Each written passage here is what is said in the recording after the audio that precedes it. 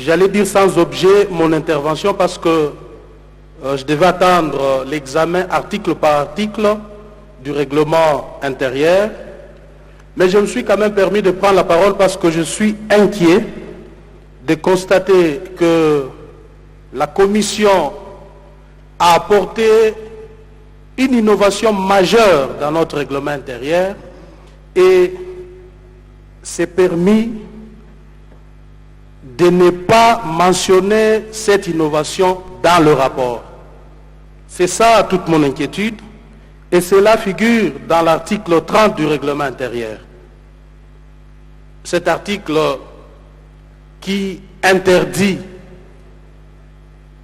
aux responsables des partis politiques ou ceux exerçant des fonctions au sein des partis politiques d'occuper des fonctions au bureau de l'Assemblée. Cette disposition s'apparente à un tacle par derrière. En foot, on sanctionne cela par un carton rouge parce que nous estimons que les motivations ne sont pas explicites. Pour ne pas perdre le temps, je voudrais bien regagner ma place et revenir du haut de ces chairs lorsque le débat sera entamé article par article pour étayer mon argumentaire. Je ne voudrais pas perdre du temps, honorable président. Merci. Merci. Eliezer Tambwe, qui sera suivi par Muhindo Kasekwa. À vous la parole. Merci, Monsieur le Président.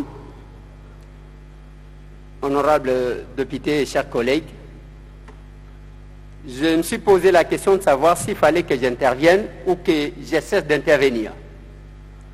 Parce que là, je commence par constater une discrimination pendant que les uns interviennent dans les fonds du règlement intérieur, les autres n'en ont pas le droit. Et je dois rappeler ici, chers collègues, qu'ici où nous sommes, nous gérons les affaires de l'État. Nous ne sommes pas dans une salle de classe où on doit étouffer les autres parce que vous avez envie de déranger, de se faire remarquer. Je dois commencer avant tout par remercier cette commission constituée de chevronnés, cette commission qui a battu un travail de titan, lequel travail après notre adoption guidera, c'est notre boussole, guidera nos actions dans cet hémicycle. Et je dois souligner ici que la possibilité de la modification n'est pas prévue. Voilà pourquoi, chers collègues, nous avons tout intérêt de prendre au sérieux ce que nous faisons au lieu que ce soit une formalité. Honorable Président, honorables membres du bureau, honorables députés, chers collègues, comme je ne sais pas où est-ce que nous intervenons finalement, je vais prendre un point dans le rapport pour ne pas être hué par ceux qui ne veulent pas que les autres interviennent. Mon intervention, le point que je vais devoir aborder, c'est le point numéro 8 du rapport. C'est un rapport avec la commission d'inventaire du patrimoine de l'Assemblée nationale.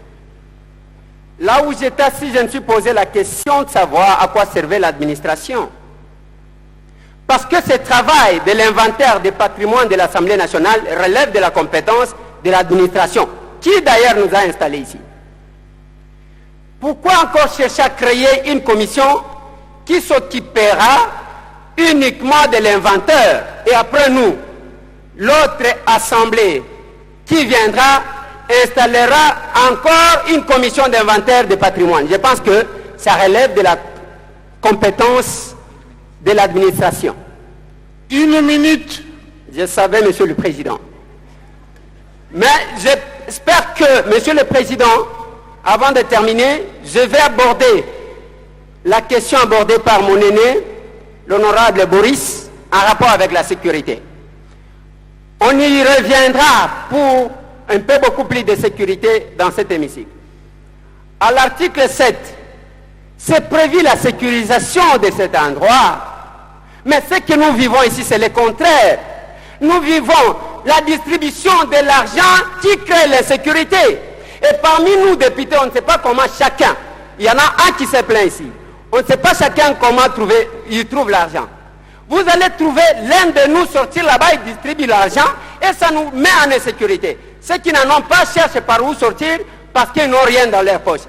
Je pense que, Monsieur le Président, nous allons y revenir pour que de ce coin-là et dans ce sens-là, nous soyons quand même sécurisés. 30 secondes. 30 secondes.